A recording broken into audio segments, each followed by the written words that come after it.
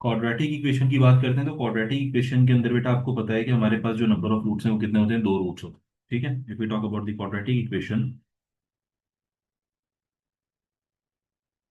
तो इसके अंदर आपके पास जो नंबर ऑफ रूट्स हैं वो आपके पास होते हैं, ये आपको बहुत अच्छे से पता है। ठीक है, अब क्वेश्चन ये अराइज होता है कि ठीक है यार, हम जो है वो जो मेथड्स यूज करते हैं, जिसके अंदर हमने ये सीखा कि हमारे पास फैक्टराइजेशन मेथड होता है, हमारे पास जो है वो फॉर्मूला मेथड होता है, क्वाड्रेटिक फॉर्मूला जिसे कहा जाता है, हमारे पास अभी हमने प्रीवियस क्लास में सीखा कंप्लीटिंग द स्क्वायर मेथड जो आपके पास होता है, स्क्वायर मेथड जो आपके पास होती है।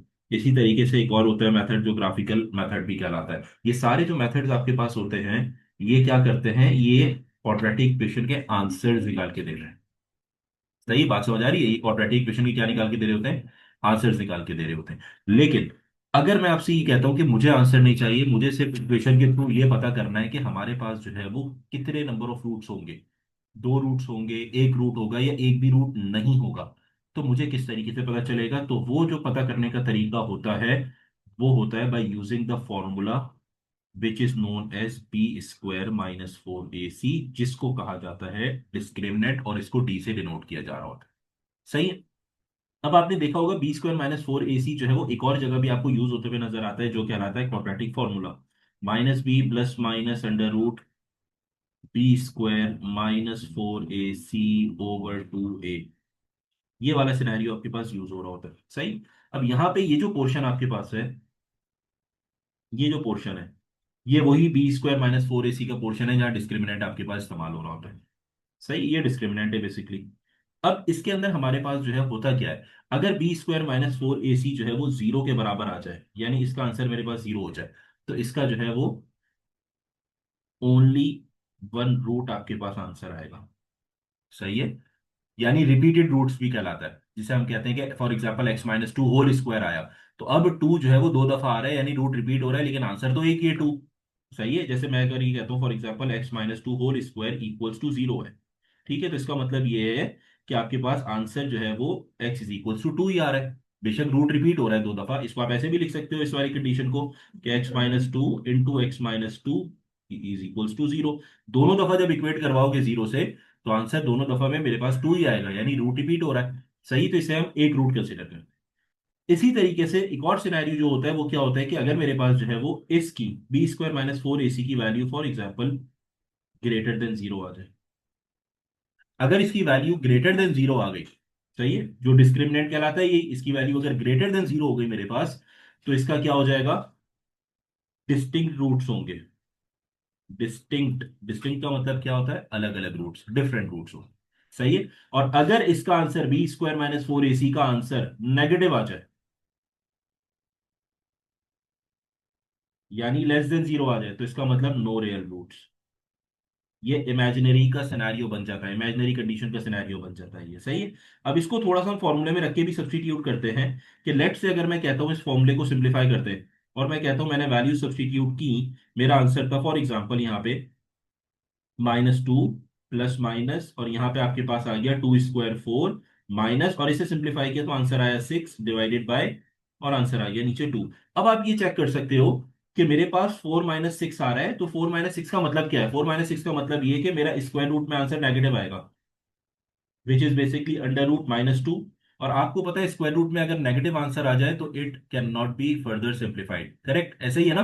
फर्दर सिंप्लीफाई नहीं हो सकता क्योंकि ये मुझे इमेजिनरी रूट दे देगा, यानी अगर हम कैलकुलेटर की बेस पे बात करें तो वो आपको मैथ एरर दे देगा, क्योंकि ये इमेजिनरी रूट्स को डिनोट कर रहा होता है। That's why we can say it in the other words के ये रियल रूट्स नहीं देता, तो you can write it as no real roots.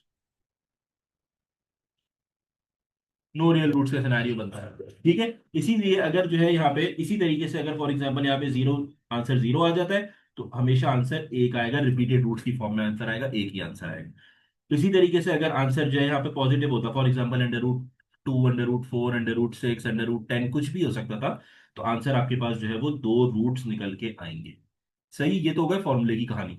यही सेम सिनेरियो यूज हो रहा है क्योंकि ये फॉर्मूले का पार्ट डिस्क्रिमिनेंट का ही है, तो यही फॉर्मूला डिस्क्रिमिनेंट आपके पास बराबर होता है D is equals B square minus four A C और यही सेम रूल्स ये है वो अप्लाई हो रहे होते हैं कि अगर मेरे पास डी की वैल्यू जो है वो ग्रेटर देन जीरो हो जाए, डी की वैल्यू इक्वल जीरो हो जाए, या डी की वैल्यू लेस देन जीरो हो जाए।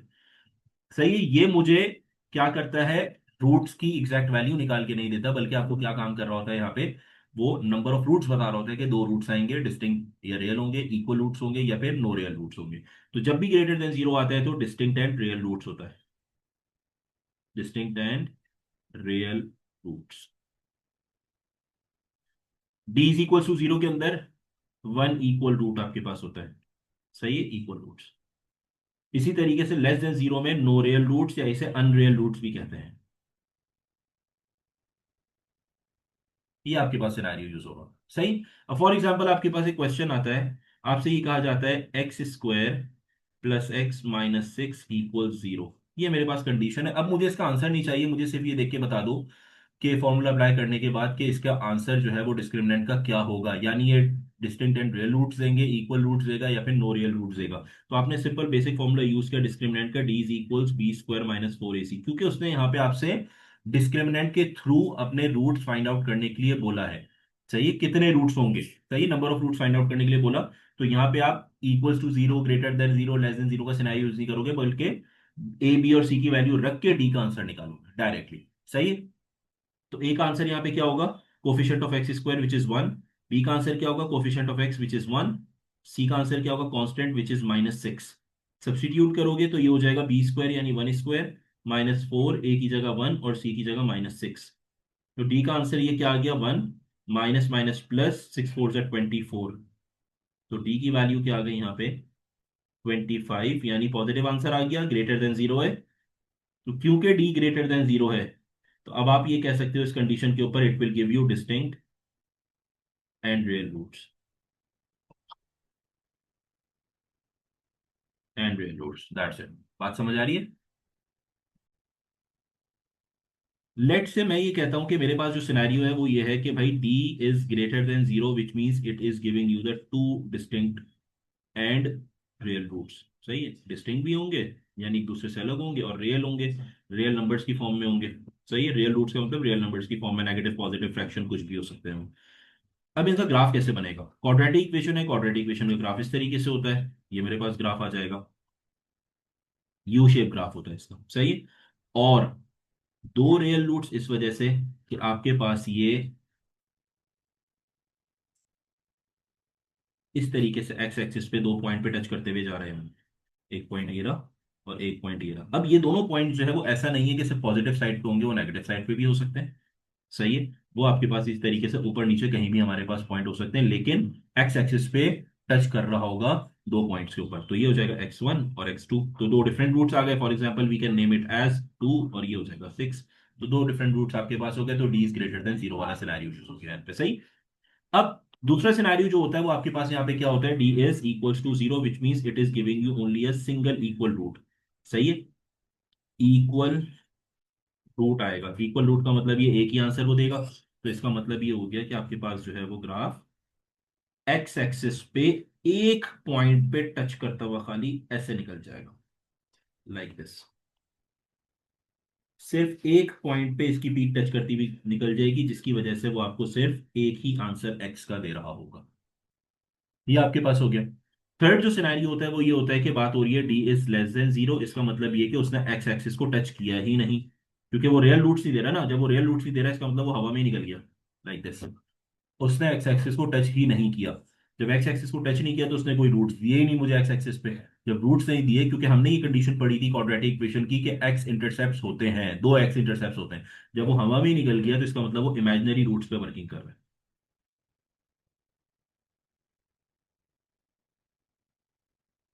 ये आपके पास होगा।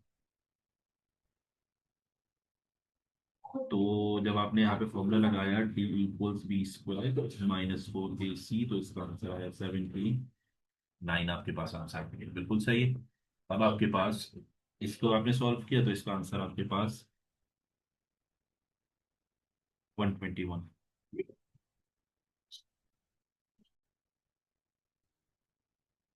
अच्छा जी। तो अब ये जो आपके पास आंसर आया था क्वेश्चन नंबर वन का, वो आपके पास आया -79। -79 का मतलब ये है तो -79 की वजह से इसका आंसर जो है वो इमेजिनरी रूट्स बन गया आपके पास। और ये जो है वो +121 की वजह से ये आ जाएगा आपके पास डिस्टिंक्ट एंड रियल। अच्छा, अब हर दफा क्वेश्चन इस तरीके से नहीं आएगा कि वो डायरेक्टली आपसे सिंपल वो ये पूछ ले कि क्या चीज है। क्वेश्चन के अंदर वो कभी कभार मेंशन कर देगा कि यार ये वाले जो रूट्स है वो रियल रूट्स है, डिस्टिंक्ट एंड रियल रूट्स हैं, या वो मेंशन कर देगा इमेजिनरी रूट्स हैं, या मेंशन कर देगा इक्वल रूट्स है, और बोलेगा कि आपने जो है वो फर्दर इसकी कोई ना कोई अननोन वैल्यू है, कुछ है, वो आपने कैलकुलेट करना है। लेट सपोज एक क्वेश्चन हम ले लेते हैं। क्वेश्चन नंबर 1 आपसे ये कहता है, चलो क्वेश्चन नंबर 3 ले लो। क्वेश्चन नंबर 3 आपसे कहता है find the set of values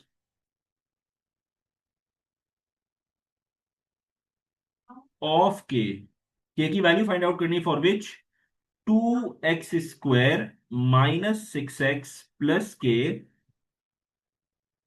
-8 equals to 0 has distinct and real roots. अब उसने यहां पे क्या कहा कि मेंशन आपके सामने कर दिया कि रूट्स जो है वो कौन से डिस्टिंक्ट एंड रियल हैं। इसका मतलब क्या हुआ? इसका मतलब ये हुआ कि अब आपने डायरेक्टली d = b² - 4ac का फॉर्मूला तो यूज करना है, लेकिन इक्वल साइन के साथ यूज नहीं करना। क्योंकि उसने मेंशन क्या किया? उसने मेंशन किया भाई डिस्टिंक्ट है और रियल है, इसका मतलब भाई डी की वैल्यू जो है वो ग्रेटर देन 0 है।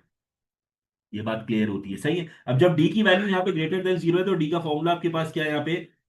b² - 4ac ग्रेटर देन 0 होना चाहिए, करेक्ट। अब इसके अंदर आपके पास अगर इक्वेशन को थोड़ा सा आइडेंटिफाई किया जाता है, इक्वेशन आपके पास है 2x² -6x प्लस के -8। ए इसमें क्या हो जाएगा? ए हो जाएगा कोफिशिएंट ऑफ x², बी क्या हो जाएगा? कोफिशिएंट ऑफ x, और सी क्या होगा? जो पूरी टर्म बच गई x² और x को हटा के वो पूरी की पूरी सी कहलाएगी यहाँ पे, सही। अब आपने वैल्यूज उठा के सब्स्टिट्यूट करनी है, तो ये हो जाएगा b² यानी -6 होल स्क्वायर -4, ए की जगह क्या आएगा 2, और सी की जगह क्या आएगा k-8 ग्रेटर देन 0 मेरे पास है, सही। अब आप क्या करोगे? 36 माइनस इसे मल्टीप्लाई करोगे, 4 × 2 = 8, k-8 ग्रेटर देन 0। तो 36 -8 के minus minus plus 64 greater than 0। तो ये हो जाएगा आपके पास 36 एंड दिस 1, तो ये हो गया 100 -8 के ग्रेटर देन 0, 100 ग्रेटर देन 8 के।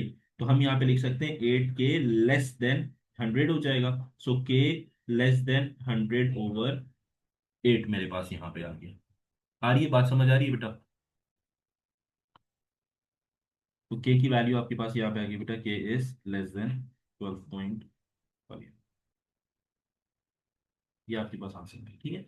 अब आते हैं नेक्स्ट क्वेश्चन पे, क्वेश्चन नंबर 4 पे। लेट्स से क्वेश्चन नंबर 4 आपके पास कहता है फाइंड द एग्जैक्ट वैल्यू।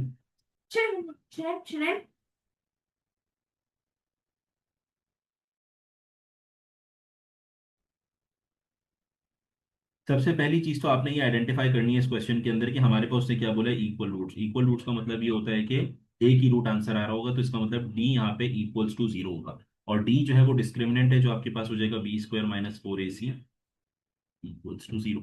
ये आपके पास हो गया। अब आपने वैल्यूज चेक की, इक्वेशन में सबसे पहले देखना है 2x² + 3px + 4 इक्वल्स 0 मेरे पास है। कोफिशिएंट ऑफ x² जो है वो क्या होता है? a, कोफिशिएंट ऑफ x पूरा जो होगा b। अब मोस्टली स्टूडेंट ये समझते हैं शायद 3 जो है वो सिर्फ p के बराबर है, और या जो है वो क्या नाम है, p जो है वो सिर्फ b के बराबर है। ऐसा नहीं है। x को हटाकर जितना आपके पास कोफिशिएंट है वो सब क्या कहलाता है? b कहलाता है। और जो कांस्टेंट होता है वो हमेशा क्या होता है? c होता है, सही। फॉर्मूले में सब्स्टिट्यूट करोगे तो it will be 3p² -4, a की जगह 2, b की जगह t की जगह 4 आ जाएगा आपके पास, ठीक है। इक्वल्स 0 हो गया। सो 9p² -4 × 4 इज 16 × 2 32 इक्वल्स 0 मेरे पास हो गया, सही। अब आपके पास फर्दर क्या हो जाएगा? 9p² equals 32, so p² equals 32 divided by 9, सही। अब आपके पास क्या होगा? Square root on both sides, ये आपके पास कैंसिल हो जाएगा, तो पी का जो आंसर है दैट इज -32/9। ये आपके पास आंसर है। सही। अच्छा, अब इसके अंदर एक सिनेरियो होता है, वो सिनेरियो जरा थोड़ा सा समझना। सिनेरियो ये होता है, लेट सपोज अभी तक हम बात कर रहे थे कि two distinct and real roots. सही। इसी तरीके से हमने बात की कि हमारे पास इक्वल रूट्स हैं, इसी तरह हमने बात की कि अनरियल रूट्स हैं, नो रियल रूट्स हैं। अगर फॉर एग्जांपल वो वर्ड किसी सिनेरियो में, जैसे यहां पे उसने इक्वल रूट्स बोले, प्रीवियस क्वेश्चन के अंदर उसने डिस्टिंक्ट एंड रियल दोनों बोले। अगर लेट सपोज किसी कंडीशन के अंदर वो आपसे ये कह देता है कि ओनली डिस्टिंक्ट रूट्स यूज करता है, सही है, ना तो इसके साथ उसने जो है वो रियल लगाया, ना इक्वल लगाया, कुछ भी नहीं लगाया, सही है, सिर्फ और सिर्फ उसने क्या यूज किया, डिस्टिंक्ट रूट्स यूज किया। तो दोनों में फर्क क्या होगा, यहां पे भी डिस्टिंक्ट एंड रियल रूट्स के अंदर हमने जो है वो ग्रेटर का सिनेरियो यूज किया, यहां पे जो है वो डिस्टिंक्ट रूट्स हैं, तो अभी भी सिर्फ ग्रेटर लगाएंगे, ऐसा नहीं होगा, यहां पे ग्रेटर के साथ इक्वल साइन लगाओगे। सही है, तो अगर जहां सिर्फ डिस्टिंक्ट रूट्स के बारे में वो यूज करेगा वर्ड के भाई डिस्टिंक्ट रूट्स हैं, तो आपने सिंपल क्या करना है, discriminant is greater than equals to zero, like this. अगर डिस्टिंक्ट एंड रियल रूट्स कहता है तो simple D is greater than zero use कर लो। सही है। अच्छा, अब हर दफा क्वेश्चन आपके पास जो है वो इस तरीके से नहीं आता कि सिंपल बेसिक क्वेश्चन है, कभी कभार क्वेश्चन आपके पास जो है वो कर्व एंड लाइन, इसको मिक्स करके आपके पास क्वेश्चन आ रहा होता है। सही है, सिनेरियोज अब भी सेम रहेंगे। सही। सिनेरियो क्या है कि भाई फॉर एग्जांपल उसने बोला एक कर्व है मेरे पास, और एक लाइन उसे इंटरसेक्ट करती हुई गुजर गई। सही। क्या बोला, समझना सवाल को, एक कर्व को line intersect the curve at two points, ये वाला सिनेरियो आया। तो डेफिनेटली जब उसने लाइन ने कर्व को दो जगह इंटरसेक्ट किया तो x1 और x2 दो आंसर वो आपको देगा। दो कोऑर्डिनेट्स आएंगे, पहले तो कोऑर्डिनेट समझ लो, ए और बी फॉर एग्जांपल आपके पास आ गए, जिसके दो वैल्यूज होंगी x1 y1, ये कोऑर्डिनेट्स की फॉर्म आ गई, x2 y2, ये फॉर्म आएगी। सही है। अभी हमने डिटेल में नहीं पढ़ना भाई एक्स वन एक्स टू के या वाई वन वाई टू के आंसर क्या होंगे, sorry x one y one और एक्स टू वाई टू के आंसर्स क्या होंगे, हमें इस डिटेल में नहीं जाना, हमें ये देखना है कि दो आंसर वो तुम्हें देगा, ए देगा और बी देगा। इस सिनेरियो के अंदर भी आप क्या कहोगे कि मेरे पास जो है वो डी ग्रेटर देन जीरो है, यानी डिस्टिंक्ट एंड रियल रूट्स दे रहा है। क्योंकि अब हम ये आंसर निकालना नहीं सीख रहे हैं ना, अभी हम क्या सीख रहे हैं, नेचर ऑफ रूट्स को पढ़ रहे हैं।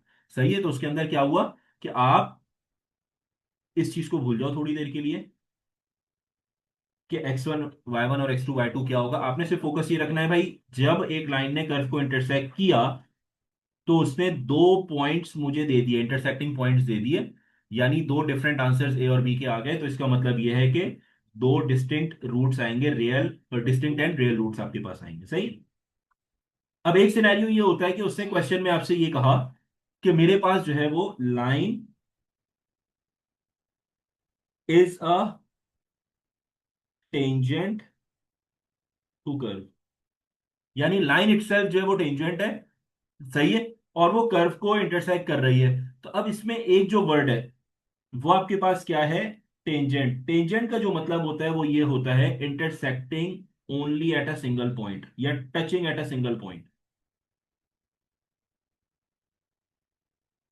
एट अ सिंगल पॉइंट, ये मतलब होता है मेरे पास। सही है, तो इसका मतलब ये हुआ कि अगर मेरे पास एक कर्व है और एक लाइन है जो कर्व को एक पॉइंट पे खाली टच करती हुई चली जाए, और आपको पता है टेंजेंट की डेफिनेशन भी ये होती है कि tangent is always a line which touches the curve या a circle at a single point, एक पॉइंट पे टच करती हुई चली जाए। सही है, तो इसके अंदर जो सिनेरियो होता है वो यही कि भाई अब मेरे पास जो है वो आंसर क्या है, एक पॉइंट पे टच करती हुई जा रही है, जब एक पॉइंट पे टच करती हुई जा रही है तो एक ही आंसर देगा। सही, तो इसका मतलब यह है कि डी की वैल्यू इक्वल्स टू जीरो है, यानी इक्वल रूट्स है। ये सिनेरियो आ गया आपके पास। ठीक है। थर्ड जो आपके पास होता है वो ये कि भाई मेरे पास एक कर्व था और लाइन जो है वो उसको टच करके नहीं गुजरी, ना टच करके गुजरी, ना इंटरसेक्ट किया, कुछ नहीं किया। इस सिनेरियो के अंदर आप क्या कहोगे, D is less than zero, यानी नो रियल रूट्स का सिनेरियो है आपके पास। जब कुछ इंटरसेक्शन ही नहीं हुआ, जब कोई इंटरसेक्शन ही नहीं हुआ तो रूट्स कहां से निकल के आएंगे आप। सही है। क्वेश्चन को अगर रीड करते हैं तो आपसे कहता है बेटा a line y equals to X plus C, यानी एक इक्वेशन उससे दे दी है y equals to X plus C, जो कहलाती है line, equation of a line. क्यों इक्वेशन ऑफ अ लाइन कहते हैं, इक्वेशन ऑफ कर्व क्यों नहीं कहते? रीजन उसका ये कि कर्व हमेशा जो है वो क्वाड्रेटिक इक्वेशन का बनता है, और जो स्ट्रेट लाइन होती है उसकी इक्वेशन हमेशा लीनियर होती है। लीनियर का मतलब क्या है कि उसके अंदर जितने वेरिएबल्स हैं सबकी पावर क्या होगी, हमेशा वन होगी। ठीक है, तो ये वन और वन। तो y equals to X plus C हमारे पास line of a, equation of a line है। मीट्स द कर्व, कर्व आपके पास अब क्या है, y equals to x square minus six x plus three C minus two at two distinct points. उसने खुद मेंशन कर दी कंडीशन कि दो डिस्टिंक्ट पॉइंट्स पे जो है वो क्या कर रहा है, वर्किंग कर रहा है। क्या उसने यहाँ पे रियल वेयर का कोई जिक्र किया? नहीं सर। ठीक है, क्या काम करोगे यहाँ पे? ग्रेटर देन और इज इक्वल्स टू। बात समझ आती है, ठीक है। तो ये क्या हो जाएगा भाई, ये वाला सिनेरियो यूज हो जाएगा यहाँ पे। अच्छा, अब आपके पास सबसे पहले काम ये करते हैं, देखो, अगर तो मैं एक बात आपको समझाऊं यहाँ पे, एक बात हमेशा याद रखना, जो आपने मुझसे कहा D is greater than equals to zero, ये आपने अपनी लॉजिक के हिसाब से सही कहा। लेकिन इसमें एक बात है, वो क्या है, क्या ऐसा पॉसिबल है कि एक लाइन जो है वो दो डिफरेंट पॉइंट्स पे भी टच करती हुई जाए और एक सिंगल पॉइंट पे भी टच करती हुई जाए? क्या ये दोनों सिनेरियोज एक क्वेश्चन में पॉसिबल हैं? नहीं। नहीं। तो क्या आपको लगता है कि डिस्टिंक्ट पॉइंट्स वाले सिनेरियो में ये सिनेरियो वर्क करेगा? क्योंकि इस सिनेरियो के हिसाब से वो ये कह रहा है कि भाई डी की वैल्यू ग्रेटर देन जीरो भी होनी चाहिए और डी की वैल्यू इक्वल्स टू जीरो भी होनी चाहिए। क्या ये वर्क करेगा? नहीं। नहीं करेगा। तो इसका मतलब ये हुआ कि ये वाला जो सिनेरियो मैंने लिखवाया आपको, डिस्टिंक्ट रूट्स वाला, ये जो वर्क करता है ये सिर्फ इक्वेशन ऑफ अ कर्व पे वर्क कर रहा होता है। अगर मेरे पास लाइन और कर्व एक साथ आ गए उस पे ये वर्क नहीं कर सकता, क्योंकि लॉजिक ही नहीं बनती ना। लॉजिक ये होती है या तो वो जो है वो दो पॉइंट्स पे टच करके जा सकती है लाइन, या एक पॉइंट पे टच करके जा सकती है। दोनों सिनेरियोज एक साथ कंबाइन हो जाए, ऐसा हो नहीं सकता। आ रही है मेरी बात समझ? तो यहां पे जो वर्ड काम होगा वो क्या होगा, ये यूज नहीं होगा, बल्कि simple D is greater than zero use होगा।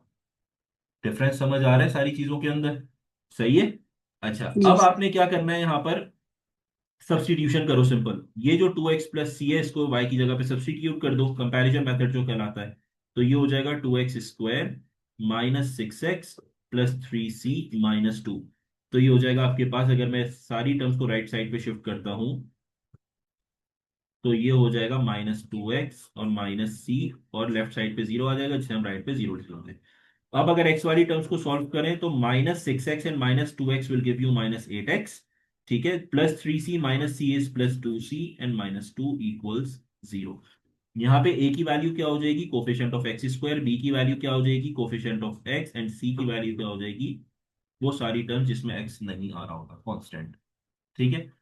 सिनेरियो क्या था कि आपने जो है वो डिस्टिंक्ट पॉइंट्स को देखते हुए जो है अपनी इक्वेशन को बनाना है, यानी सिंपल डी की वैल्यू ग्रेटर देन जीरो लिखोगे, और डी की जगह क्या आएगा, b square minus four A c. In short आपका फॉर्मूला बना बी स्क्वायर माइनस फोर ए सी ग्रेटर देन जीरो, ये आपके पास आ गया। अब हमारे पास यहाँ पे ए की वैल्यू जो है वो आपने क्या देखी, टू है। बी की वैल्यू आपके पास क्या है, माइनस एट है, और सी की value to C minus to है। टू सी माइनस टू, यही है ना? हाँ यही, सही। ठीक है, तो अब आप फॉर्मूला यूज करोगे, बी स्क्वायर माइनस फोर ए सी ग्रेटर देन जीरो। तो minus eight whole square minus four, A की जगह टू और सी की जगह two C minus two greater than zero. तो sixty four minus four two ज़ा eight, and then two C minus two greater than zero. Sixty four minus eight into two is sixteen C minus minus plus eight into two is sixteen greater than zero. अब ये क्या हो जाएगा आपके पास,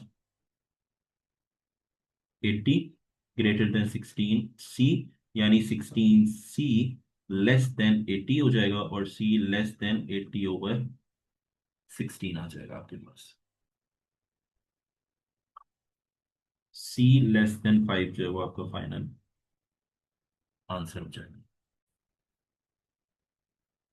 देखो, inequalities की अगर बात करते हैं ना, तो इनइक्वालिटीज के अंदर हमारे पास जो है वो दो टाइप की इक्वेशन है। एक हमारे पास लीनियर है और दूसरी हमारे पास कौन सी, क्वाड्रेटिक है। लीनियर इक्वेशन के साथ इनइक्वालिटीज होता है और क्वाड्रेटिक इक्वेशन यानी क्वाड्रेटिक इनइक्वालिटीज आपके पास होती हैं। सही, अब हम इक्वेशन यूज नहीं करते क्योंकि इक्वेशन में इक्वल आता है, हम इनइक्वालिटीज वर्ड यूज करेंगे। इसी तरीके से इसके साथ भी इनइक्वालिटीज आपके पास है। सही। अब लीनियर के अंदर हमारे पास सिनेरियो क्या होता है? लीनियर के अंदर फॉर एग्जांपल आपके पास क्वेश्चन आया 2x - 10 < 0। अब आपको ये पता है यार ये इक्वेशन मेरे पास लीनियर है, और इसे सॉल्व करने के लिए मैं क्या करूंगा, 2x < 10 लिख दूंगा। x < 10/2, तो 2 5 x का आंसर आ गया < 5। यानी हमारे पास अगर नंबर लाइन प्लॉट की जाती है, ये आपके पास नंबर लाइन है, तो < 5 का मतलब ये है कि आपके पास कहाँ जाएगा, पीछे की तरफ जाएगा, और सर्कल अनशेडेड रहेगा, और यहाँ पे 5 आ जाएगा, पीछे की कुछ वैल्यूज 4 लिख दोगे और 3 लिख दोगे, तो ये नंबर लाइन प्लॉट हो जाएगी मेरे पास। अगर हम इसको रीड करेंगे तो रीड कैसे करेंगे कि x की वैल्यू 5 से छोटी होनी चाहिए, 5 नहीं होना चाहिए, 5 से क्या होनी चाहिए, छोटी होनी चाहिए, तो 4 3 2 1। और हमने स्टार्ट लिमिट जो है वो कहाँ से स्टार्ट करेंगे, 5 से। सिर्फ ये दिखाने के लिए कि मेरे पास यहाँ पे जो है वो 5 इंक्लूड नहीं है, तो आप क्या करोगे, सर्कल को अनशेडेड रखोगे। अगर इसके साथ इक्वल साइन होता, लेस देन इक्वल्स या ग्रेटर देन इक्वल्स होता, तो आप क्या करते, सर्कल को शेड कर देते यहाँ पे। ठीक है। इसी तरीके से अगर लेट सपोज मेरे पास यहाँ पे क्वेश्चन आता है 4x + लेट सपोज 16 < 0। इसे सिंप्लीफाई करोगे तो ये आपके पास क्या हो जाएगा, x < -16 / 4 विच इज 4। तो वो कह रहा है x की वैल्यू या तो -4 होगी या -4 से क्या होगी, बड़ी होगी, लाइक दिस। आपके पास यहाँ पे -4 से बड़ी होगी, तो आगे की तरफ जाएगी। जब ग्रेटर देन या ग्रेटर देन इक्वल्स का सिनेरियो होता है तो आपके पास डायरेक्शन जो है वो फॉरवर्ड होती है, और अगर मेरे पास लेस या लेस देन इक्वल्स है तो डायरेक्शन बैकवर्ड होगी। ठीक है। अब क्योंकि यहाँ पे आप चेक करो ग्रेटर देन इक्वल्स के, ग्रेटर देन के साथ इक्वल्स का साइन है, तो सर्कल यहाँ पे शेड हो जाएगा, ये शेड हो गया, यहाँ पे -4 आ गया, और आगे की वैल्यूज हो जाएंगी -3 -2 एंड सो ऑन, इस तरीके से आपके पास शेड हो जाएगा। सही। ये तो लीनियर इनइक्वालिटीज की बात हो गई कि इस तरीके से आप उसे सॉल्व कर रहे होते हो। अगर बात की जाती है क्वाड्रेटिक इनइक्वालिटीज की, तो यहां हो जाता है प्रॉब्लम क्रिएट। रीजन उसका ये है कि स्टूडेंट्स को नहीं पता, फॉर एग्जाम्पल मैं कहता हूं x² -25 < 0 है यहाँ पे। सही। अब यहाँ पे सिनेरियो ये हो जाता है, स्टूडेंट ये समझता है कि ठीक है यार, मैंने यहाँ पे -25 को जो है वो पहले शिफ्ट किया, और उसके बाद जो है वो सिंप्लीफाई कर लूंगा, square root on both sides and this and that. नहीं, जो सबसे पहली चीज याद रखना वो ये कि you have to factorize it. Factorize का मतलब ये नहीं होता कि हमेशा मिडिल टर्म लगाना है, फैक्टराइज का मतलब ये होता है you have to make the factors. सही है। फैक्टर्स फॉर्मूले के थ्रू भी बन सकते हैं, जैसे यहाँ पे सिनेरियो जो है वो फॉर्मूले के थ्रू ही यूज होगा, और वो फॉर्मूला कौन सा होगा, a² - b²। रीजन उसका ये है कि फर्स्ट टर्म b स्क्वायरिंग की फॉर्म में, and 25 itself is a square of 5। सही। तो ये क्या, इसे आप कैसे लिख सकते हो, इसे आप लिख सकते हो x² -5 का होल स्क्वायर < 0। अब आपको पता है a² - b² का फॉर्मूला क्या होता है, a - b एंड a+b, ये मेरे पास फॉर्मूला होता है। तो आप यहां पे क्या करोगे, x -5 एंड x+5 < 0। अब जो दूसरी गलती स्टूडेंट करता है वो क्या करता है, वो इसे इक्वेट करवाता है। सही है, वो मैं मिस्टेक आइडेंटिफाई करवा रहा हूं जो स्टूडेंट करता है। ठीक है। वो क्या करेगा, x -5 < 0 से इक्वेट करवाया, तो x < 5, ये उसने यहाँ पे अपना आंसर लिखा। सिमिलरली दोनों दूसरी साइड पे भी x+5 < 0 एंड x < -5 उसने लिख दिया, और उसने कहा ये मेरा आंसर आ गया, जो कंप्लीटली गलत है। ये करना ही नहीं है। एक बात हमेशा याद रखना, आप क्या करोगे जब इस स्टेप पे पहुंच जाओगे, इस स्टेप के बाद आपने जो काम करना है वो ये करना है, यहां से आपने थोड़ी देर के लिए सिर्फ ये अज्यूम करना है, it's not the part of a question, solving का पार्ट नहीं है ये। ठीक है। थोड़ी देर के लिए आपने इसे कैसे सॉल्व करना है, ऐसे अज्यूम करना है कि x - 5 को 0 से इक्वेट करवाओ। Instead of using this in equality, आपने सिंपल इक्वल्स टू 0 करके उसे सॉल्व करके वैल्यू निकालनी है। x की वैल्यू 5 आई। दूसरा क्या करोगे, x+5 को 0 से इक्वेट करवा के x की वैल्यू -5। अगेन मैं ये कह रहा हूं, ये पार्ट आपका जो है वो किसका है, क्वेश्चन का नहीं है। ठीक है। दो आपको वैल्यूज पता चल गई, आपने क्या करना है, आपने सिंपल ग्राफ प्लॉट करना है, एक्सेस ड्रॉ करोगे और अपनी वैल्यूज लिखोगे। मिनिमम वैल्यू यहां पे लिखोगे -5, और मैक्सिमम वैल्यू लिख दोगे +5। ये आपने लिख दिया। ठीक है। अब आपने नेक्स्ट स्टेप में क्या किया, आपने ये आइडेंटिफाई किया कि जो क्वेश्चन था उसके अंदर मेरे पास इनइक्वालिटी कौन सी वाली थी। अगर तो मेरे पास जो है वो इनइक्वालिटी ग्रेटर देन होगी, याद रखना इस बात को, अगर तो इनइक्वालिटी ग्रेटर देन होगी तो अबव एक्स एक्सिस हमेशा जो है वो आपकी वैल्यूज कंसिडर होंगी। ठीक है, क्योंकि यहां पे आपके पास ग्रेटर देन था, तो आपके पास यहां पे जो है वो क्या कंसिडर होगा, इससे लिख लेते हैं, अबव एक्स एक्सिस वैल्यूज हमेशा कंसिडर होंगी। ये याद रखना, सही। तो अबव एक्स एक्सिस मुझे क्या नजर आ रहा है, अबव एक्स एक्सिस ये नजर आ रहा है, ये वाला पार्ट है और ये वाला पार्ट है, सही है। इसको हम थोड़ा सा मेंशन कर देते हैं कि एक ये वाला पार्ट आपके पास है अबव एक्स एक्सिस और ये वाला पार्ट अबव एक्स एक्सिस है, सही है, ये दो पार्ट। अच्छा, अब जब ये वाला पार्ट मेरे पास आ गया तो आपको ये पता है, अगर मैं बिलो एक्स एक्सिस देखता हूं तो बिलो एक्स एक्सिस मेरे पास बाउल पोर्शन है जो इनसाइड शेड होता है, सही है, बाउल हमेशा इनसाइड वाला पार्ट शेड होगा। तो इसका मतलब अबव वाला जो पोर्शन है वो कौन सा वाला शेड करेगा, वो शेड करेगा हमेशा आपके पास outside of the lines, outside of the graph, यानी ये वाला पोर्शन, ये पोर्शन शेड होगा। इसी तरीके से यहां पे जो है वो ये भी आउटसाइड वाला जाएगा। तो अब अगर मैं अपना आंसर लिखूंगा तो अपना आंसर किस तरीके से लिखूंगा, मेरा आंसर होगा कि -5 से पहले और +5 के बाद। ये वाला सिनेरियो होता है ना कि -5 से पहले हो जाएगा और +5 के बाद होगा। तो मैं लिखूंगा एक्स की वैल्यू लेस देन -5 और एक्स की वैल्यू ग्रेटर देन 5, 5 से आगे और -5 से पीछे। ये आपके पास सिनेरियो होगा और ये आपके पास फाइनल आंसर हो जाएगा। अब ऊपर जो अप्रोच आपने यूज की थी इसमें देखो दोनों सिंबल सेम है, तो कभी भी ये याद रखना कि हमेशा सिंबल सेम नहीं होंगे, कभी भी सिंबल सेम नहीं होंगे। यहाँ पे एक पॉजिटिव एक लेसर होगा, यानी एक ग्रेटर एक लेसर होगा, या एक लेसर और एक ग्रेटर होगा। तो आपको कैसे पता चलेगा, only way to identify is the graph, कि ग्राफ के थ्रू आप आइडेंटिफाई करोगे कि मेरे पास जो है वो लिमिट कौन सी आएंगी। और उसको ग्राफ को बनाने के लिए ये जो क्वेश्चन में गिवन आपके पास जो इनइक्वालिटी होती है that will help you out. तो ग्रेटर था यहाँ पे, ग्रेटर का मतलब ये हुआ कि आपने अबव एक्स एक्सिस लेना है, अबव एक्स एक्सिस में सिनेरियो आपके पास ऊपर वाली लाइंस है, तो इसका मतलब ये आउटसाइड वाला पोर्शन आपके पास शेड हो जाएगा यहाँ पे।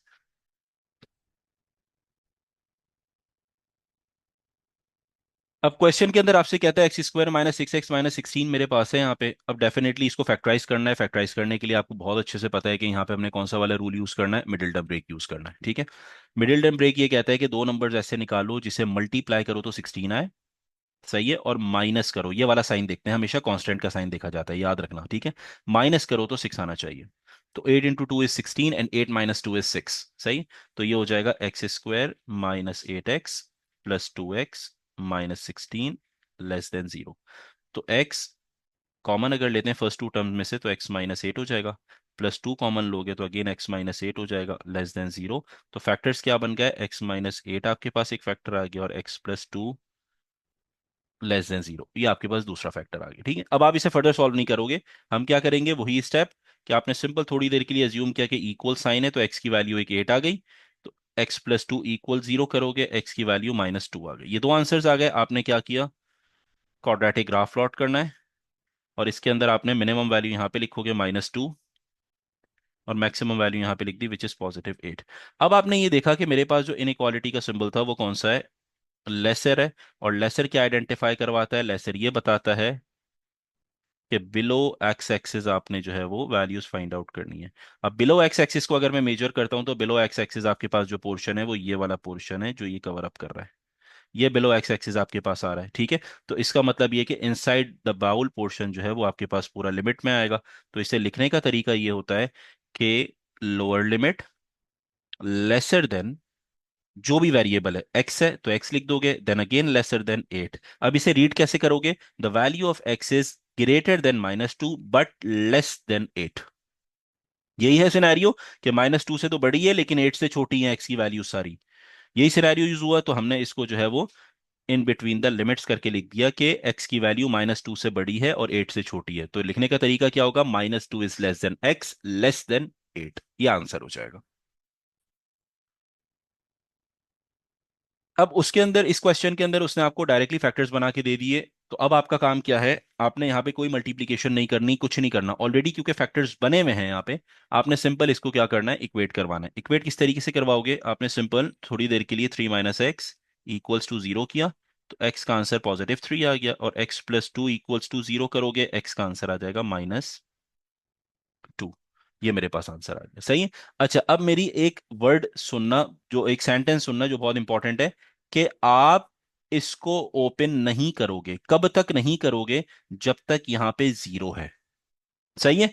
इसको डू नॉट एक्सपेंड अंटिल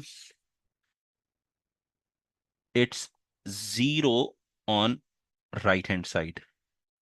इसका मतलब क्या हुआ, इसका मतलब ये हुआ कि हमारे पास अगर फॉर एग्जाम्पल क्वेश्चन होता x+2 x-3 less than equals, या चलो ग्रेटर, अगर कंफ्यूजन ना हो, ग्रेटर देन 1, तो इसका मतलब था you have to expand this part, expand it, reason because of this one, इस वन की वजह से। अगर यहां 0 होता तो आप एक्सपेंड नहीं करते, आप डायरेक्टली फैक्टर्स बना लेते, लेकिन क्योंकि 1 है, आप एक्सपेंड करोगे, 1 को इधर भेजोगे, क्वाड्रेटिक बनाओगे, and then further factorize it. Logic समझ आ रही है, दोनों में डिफरेंस समझ आ रहा है। ये मोस्ट कॉमन मिस्टेक है जो स्टूडेंट करता है और आंसर को गलत लेके आ रहा होता है। आ गई बात समझ आई है। तो अब जी यहां पे सर। आपके पास x = 3 एंड x = -2 हमारे पास आ गया, आपने सिंपल जो है वो क्या किया, लिमिट्स इसकी लिखी। अच्छा, अब इसमें एक चीज है, इसमें एक चीज अगर आप आइडेंटिफाई करते हो, here the value of x या coefficient of x is -1। Previous जितने क्वेश्चन थे, x² +1 है, x² पॉजिटिव है, बट इन दिस केस यहां पे x की वैल्यू -1 है, यानी जब इसको इन दोनों को मल्टीप्लाई करोगे it will give you -x², यानी कोफिशिएंट ऑफ x² क्या हो गया, -1। और हमने जब कंप्लीटिंग द स्क्वायर मेथड पढ़ा था, उसमें मैंने हैप्पी और सैड फेस बताया था कि आपके पास यहां पर जो है वो सैड फेस आ जाएगा अगर आपके पास जो है वो कोफिशिएंट, अगर आपके पास जो है वो कोफिशिएंट ऑफ x² नेगेटिव हो गया। अगर कोफिशिएंट ऑफ x² हो गया नेगेटिव तो आप सैड फेस बनाओगे, अगर कोफिशिएंट ऑफ x² पॉजिटिव है तो हैप्पी फेस होगा। मार्क डाउन कर लो अगेन अगर नहीं याद, if coefficient of x² is positive तो हैप्पी फेस आएगा, सही है। हैप्पी फेस का मतलब है ये वाला सिनेरियो इस तरीके से आएगा, ठीक है। अगर आपके पास coefficient of x² is negative तो सैड फेस आएगा, यानी इस तरह ग्राफ आएगा, लाइक दिस, ठीक है। तो ये ग्राफ आ गया। अब आपके पास जो लिमिट्स थी वो क्या थी, यहाँ पे -2, ये वैल्यू क्या है, +3। अब देखो कौन सा सिनेरियो है, ग्रेटर देन का। ग्रेटर देन के लिए मैंने क्या कहा था, अबव एक्स एक्सिस। बताइए, ये चीज ऑलरेडी डिस्कस कर चुके हैं, ग्रेटर देन के लिए क्या है, above Above X. X axis, correct. Above x axis वाला पोर्शन कौन सा है, ये वाला पोर्शन है। तो इसका मतलब दिस टाइम बाउल वाला पोर्शन तो ऊपर आ गया अबव एक्स एक्सिस, तो आपने इनसाइड द बाउल कंसिडर करना है सिनेरियो को। अब जो स्टूडेंट गलती करता है वो क्या करता है, अच्छा अबव वाला पोर्शन है यानी ये वाला, तो इसके बाहर वाला पोर्शन ले लेगा। नहीं, अब प्रीवियस क्वेश्चन के अंदर जो सिनेरियो था वो ये था कि बाउल नीचे था और ये वाली जो चीज थी ऊपर थी, इस वजह से हमने आउटसाइड वाला पोर्शन लिया, ठीक है। लेकिन इस क्वेश्चन के अंदर क्योंकि आपके पास ग्राफ क्या हो गया, ऑपोजिट हो गया, यानी रेसिप्रोकेट कर गया, उलट हो गया, तो अब आपके पास बाउल क्योंकि ऊपर आ गया और हमेशा बाउल वाला पोर्शन कंसिडर किया जाता है इनसाइड, तो ये आपके पास अंदर आएगा। तो जो इसकी लिमिट लिखोगे वो क्या लिखोगे, -2 less than x less than 3, ये आपके पास आंसर आएगा। अगर यहां पे मैं फॉर एग्जांपल आपको लेस देन दे देता तो बिलो एक्स एक्सिस आपने लेना होता, तो फिर आप लिमिट जो है वो आउटसाइड ऑफ दिस लिखते, बिलो एक्स एक्सिस में। क्लियर, बात समझ आ गई। Yes.